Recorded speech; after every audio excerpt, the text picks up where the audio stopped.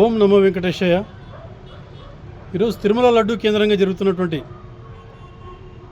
అనేక రకాలైనటువంటి గందరగోళాలు ఏవైతున్నాయో, కన్ఫ్యూజన్లు ఏవైతున్నాయో, వీటన్నిటి నేపథ్యంలో హిందువుల మనోభావాలకు అనుగుణంగా, సనాతన ధర్మానికి అనుకూలంగా ఈరోజు పవన్ కళ్యాణ్ గారు తీసుకున్నటువంటి స్టెప్ను, పవన్ కళ్యాణ్ గారు ముందుకు వచ్చినటువంటి విధానాన్ని సగటు హిందువుగా మనందరం కూడా హర్షించాల్సినటువంటి అవసరం ఉంది, స్వాగతించాల్సినటువంటి అవసరం ఉంది. ఎందుకంటే సాధారణంగా మన రాష్ట్రంలో ఇతర మతస్థులు ఏమనుకుంటారో, ఇంకెవరన్నా అనుకుంటారేమని చెప్పేసి భయపడుతూ ఉంటారు. కానీ పవన్ కళ్యాణ్ గారు ధైర్యంగా ముందుకొచ్చి అన్ని మతాలకు సమానమైనటువంటి రక్షణ కల్పించాలి, అన్ని దేవుళ్లకు సమానమైనటువంటి గౌరవం లభించాలి, సనాతన ధర్మాన్ని ఎవరైనా కించపరిచినా, సనాతన ధర్మాన్ని ఎవరైనా అపవిత్రం చేసినా నేనున్నాను అంటూ ముందుకొచ్చారు. ఈరోజు దాదాపు 10 రోజుల నుంచి వారు ఒక దీక్ష చేపట్టి దీక్షను ముగించుకుని నిన్నటి రోజున తిరుపతి నుంచి వెళ్ళడం జరిగింది. ఇందుకుగాను అందరం కూడా పవన్ కళ్యాణ్ గారు లాంటి నాయకులు ఇంకా పుట్టుకురావాలని చెప్పేసి కోరుకోవాలి. సనాతన ధర్మం కోసం, హిందూ మతం కోసము, హిందువుల విశ్వాసాల కోసం నిలబడేటువంటి నాయకుల అవసరం ఉంది ఈ దేశంలో. ఇతర మతస్థుల విశ్వాసాల కోసము, ఇతర మతస్థులు బాధపడకపోతే వీళ్ళు ముందుగానే బాధపడేటువంటి నాయకులు చాలామంది ఉన్నారు, పార్టీలు చాలా ఉన్నాయి ఈ దేశంలో. కానీ హిందువులకు కానీ, సనాతన ధర్మానికి కానీ బీజేపీ ఇతర పార్టీలు ఏమైనా ఉన్నాయంటే ఈరోజు పవన్ కళ్యాణ్ గారిని ప్రముఖంగా మనం చెప్పుకోవచ్చు. గతంలో శివసేన లాంటి పార్టీలు కూడా ఉండేవి, కానీ ప్రస్తుతం శివసేన దానికి పంథా మార్చుకుంది.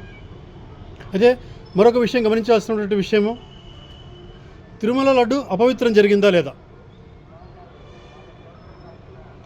కల్తీ జరిగిందా లేదా అనేటువంటి విషయాన్ని ఇంకా నిర్ధారణ చేయలేదు. కోర్టు అడిగినటువంటి ప్రశ్నలకు సమాధానం లేదు ప్రభుత్వాల దగ్గర. అందుకుగాను ఒక కమిటీని వేయడం జరిగింది. సుప్రీంకోర్టు ఈరోజు ఇచ్చినటువంటి తీర్పు ఏదైతుందో, సుప్రీంకోర్టు ఇచ్చినటువంటి డైరెక్షన్ ఏదైతే ఉందో అందరం స్వాగతించాల్సినటువంటి టైమ్లీ డెసిషన్ సుప్రీంకోర్టు తీసుకుంది. సిబిఐకి అప్పచెప్పడము, రాష్ట్రంలో ఉన్నటువంటి సిట్కి సంబంధించిన అధికారులను, అదేవిధంగా ఇండిపెండెంట్ అధికారులు, ఫుడ్ సేఫ్టీకి సంబంధించినటువంటి ఒక ఇండిపెండెంట్ అధికారిని అందరినీ కలిపి కమిటీ వేయడము. ఆ కమిటీ ముందన్న కనీసము ఈ రాష్ట్రంలో ఉన్నటువంటి ప్రధాన రాజకీయ పార్టీలు, ఈ రాష్ట్రంలో ఉన్నటువంటి ప్రధానమైనటువంటి నాయకులు కమిటీ కన్నా నిజమైనటువంటి విషయాలు చెప్పుకొని, అక్కడ ఉన్నటువంటి ఉద్యోగస్తులు జరిగినటువంటి వాస్తవాల్ని కమిటీ ముందు ఉంచి మీ పాపాలను ప్రాయశ్చిత్తం చేసుకోవాలని చెప్పేసి మేము కోరుకుంటున్నాం. ఎందుకంటే 300 సంవత్సరాల చరిత్ర కలిగినటువంటిది తిరుమల లడ్డు. ఈరోజు మీరు తయారు చేసింది కాదు, లేకపోతే మీ ముత్తాతలు తయారు చేసింది కూడా కాదు. 300 సంవత్సరాల క్రితము స్వామివారిని దర్శించుకున్నటువంటి వారికి స్వామివారి ప్రసాదము అనుగ్రహం రూపంలో ఈ ప్రసాదాన్ని ఇవ్వాలని చెప్పేసేటువంటి ఆ రోజు ఉన్నటువంటి పెద్దలు నిర్ణయించినటువంటి ఒక ప్రక్రియ ఇది. తిరుమల ప్రసాదానికి ఎంత పవిత్రత ఉందో మనందరికీ కూడా తెలుసు. దేశ విదేశాల్లో ఉన్నటువంటి వారు కూడా దర్శనం చేసుకోలేరు కాబట్టి మాకేమైనా ఒక ప్రసాదం పంపిస్తారని చెప్పేటువంటి అడిగేటువంటి పరిస్థితి ఉంటుంది. లేదు, మనం కలిసినప్పుడు ఒక తిరుమల ప్రసాదాన్ని సమర్పించినట్లయితే భగవంతుడితో సమానంగా కళ్ళకద్దుకొని వారు దాన్ని తీసుకోవడం జరుగుతుంది. అంత పవిత్రమైనటువంటి దాన్ని ఈరోజు ఒక కాంట్రవర్సీకి కేంద్ర బిందువు చేయడం అనేది దారుణమైనటువంటి పరిస్థితి. ఇది నిజంగా ప్రతి ఒక్క ఆంధ్రుడు తలదించుకోవాల్సినటువంటి పరిస్థితి ఇది, ప్రతి ఒక్కరు. ఎందుకంటే చేస్తున్నటువంటి వాళ్ళు దీనికి కాంట్రవర్సీ చేసినటువంటి వాళ్ళని మనం పట్టించుకోకుండా ఇంకా మనం చోద్యం చూస్తున్నాం. కాబట్టి ప్రతి ఒక్కరం కూడా దీన్ని తీక్షణంగా గమనించాలి, దీనికి ప్రతిఘటించాలి. కమిటీ వేశారు కాబట్టి సుప్రీంకోర్టు వారు ఈ కమిటీకి అందరం కూడా విన్నవించుకొని తిరుమల ప్రసాదాన్ని అపవిత్రం చేసినటువంటి వాళ్ళని, కాంట్రవర్సీలోకి లాగినటువంటి వాళ్ళని, నిజంగా కల్తీ జరిగింటే కల్తీ చేసినటువంటి వాళ్ళని కఠినంగా చట్ట ప్రకారం శిక్షించాలని చెప్పేసినటువంటి మనం అందరం కూడా వాయిస్ ఇవ్వాల్సినటువంటి అవసరం ఉంది. ఆ కమిటీకి రిప్రజెంటేషన్ చేయాల్సినటువంటి అవసరం ఉంది. తద్వారా తిరుమల యొక్క పవిత్రతను, తిరుమల ప్రసాదం యొక్క పవిత్రతను మనం కాపాడుకోవాల్సినటువంటి బాధ్యత ప్రతి ఒక్క వెంకటేశ్వర స్వామి భక్తునిపై ఉంది. ప్రపంచవ్యాప్తంగా ఉన్నటువంటి వెంకటేశ్వర స్వామి యొక్క భక్తులు చాలా చాలా స్థాయిలలో ఉంటారు.